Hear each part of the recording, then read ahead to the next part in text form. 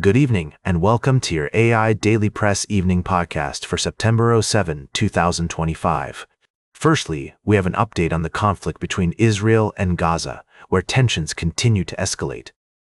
Despite growing international pressure, Israeli Prime Minister Benjamin Netanyahu has shown no signs of backing down, with at least 15 people killed in airstrikes across Gaza over the past 24 hours. The humanitarian crisis in the region is worsening, and many are calling for an end to the fighting and a return to ceasefire negotiations. In other news, South Korea has reached an agreement with the U.S. to release its citizens who are being held in the country. The details of the agreement are still emerging, but it's a significant development in the ongoing tensions between the two nations. Lastly, we're following the closely watched election in Norway, where voters are casting their ballots today. The ruling Labour Party is facing off against a coalition of centre-right parties, with opinion polls suggesting a tight race between Labour and the Progress Party. Foreign policy, taxation, and the country's relationship with the EU are key issues in the campaign, and the outcome will have significant implications for Norway's economy, foreign policy, and its position within the global community. We'll continue to bring you updates on these stories as more information becomes available. Thank you for joining us on the AI Daily Press Evening Podcast. We'll be back with more news and analysis tomorrow. That's all for tonight. Now for the latest in social and cultural news, here is Barbara Waters. Walter, and Nanshall and know it's right now. Firstly, undersea cables in the Red Sea were cut, causing disruptions to global communication. The cause is still unknown, but concerns about sabotage are growing. This incident highlights the vulnerability of these critical infrastructure components and the need for increased security measures.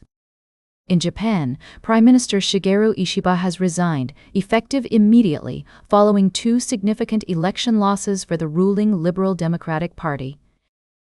A leadership contest will determine Japan's next prime minister, with potential implications for the country's economy, foreign policy, and regional relationships.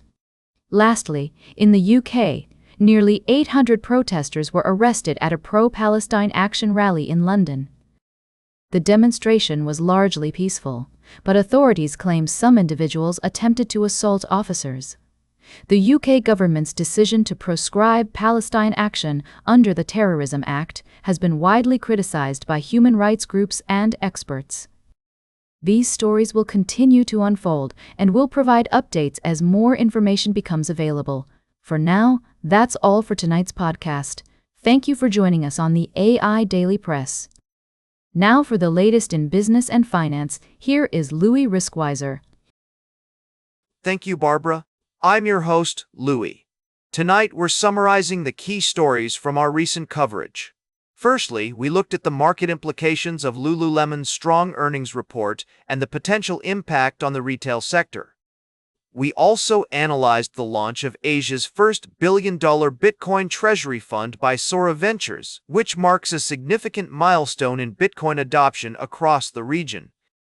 Additionally, we previewed the upcoming August Consumer Price Index report, discussing the potential implications for the market and the Federal Reserve's stance on inflation. We also touched on OpenAI's plans to increase its spending to $115 billion through 2025 and highlighted key players to watch in the burgeoning AI landscape. These stories and more have been making headlines in the world of finance and technology. For a deeper dive into each topic, please visit our website or tune in to our previous episodes. That's all for tonight's summary. Thank you for joining us on the AI Daily Press Evening Podcast. Until next time, stay informed and remember, don't just follow the news, understand the story behind it. Now for the latest in science and technology, here is Carl Starman. Thank you, Louis.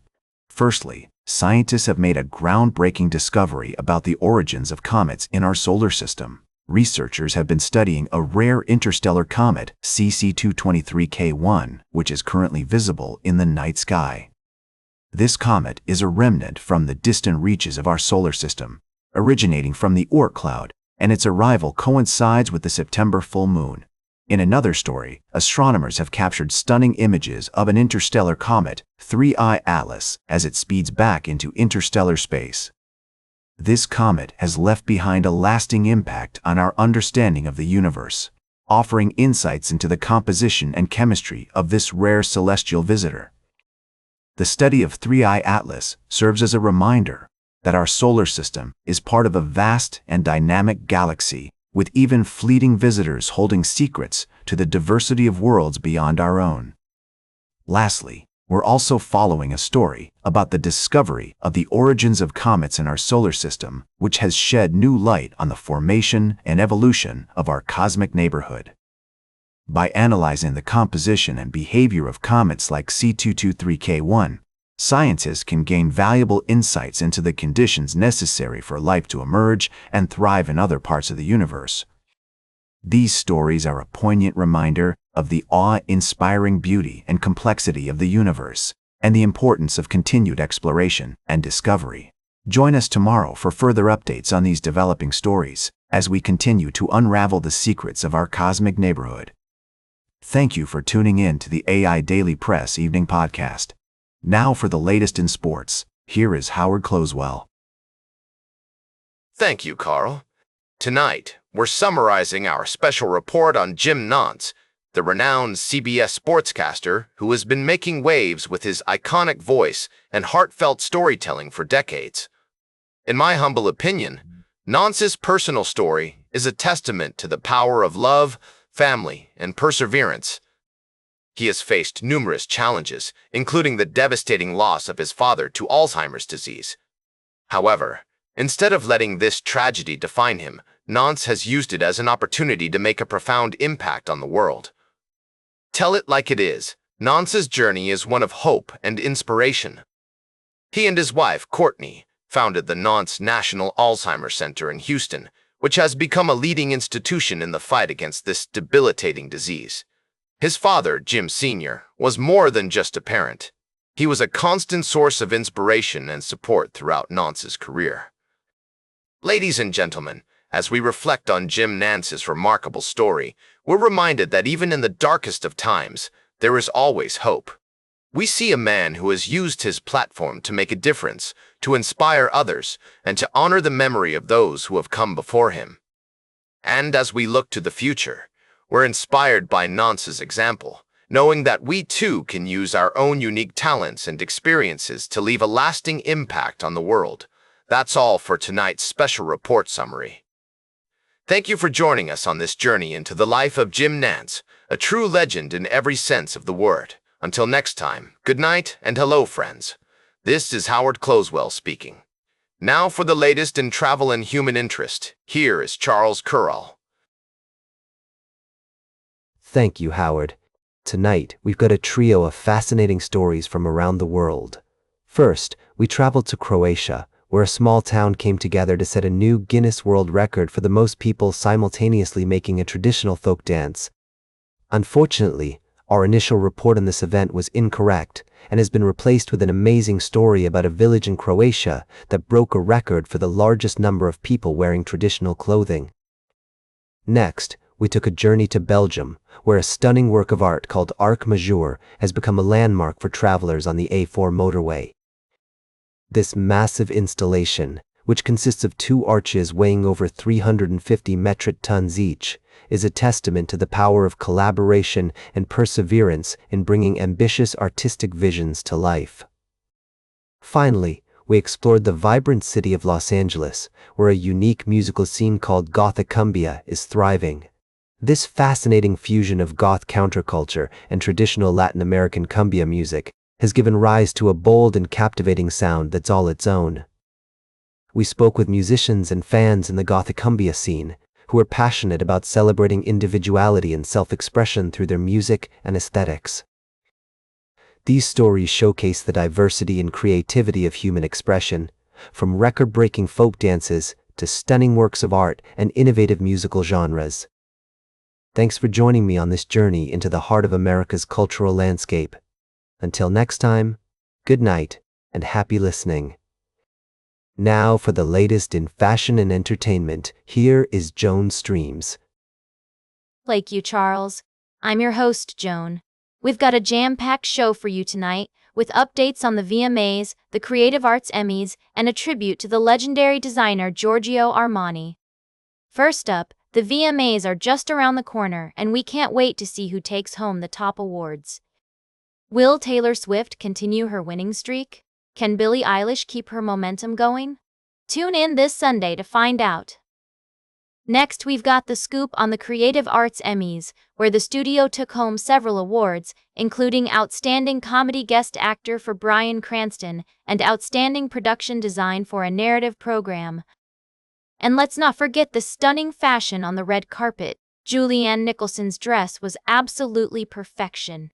Finally, we're saying goodbye to the one and only Giorgio Armani, who left an indelible mark on the fashion world with his unparalleled sense of style and elegance. As the industry pays its respects, we're remembering his commitment to quality, craftsmanship, and innovation, which will continue to inspire designers for generations to come.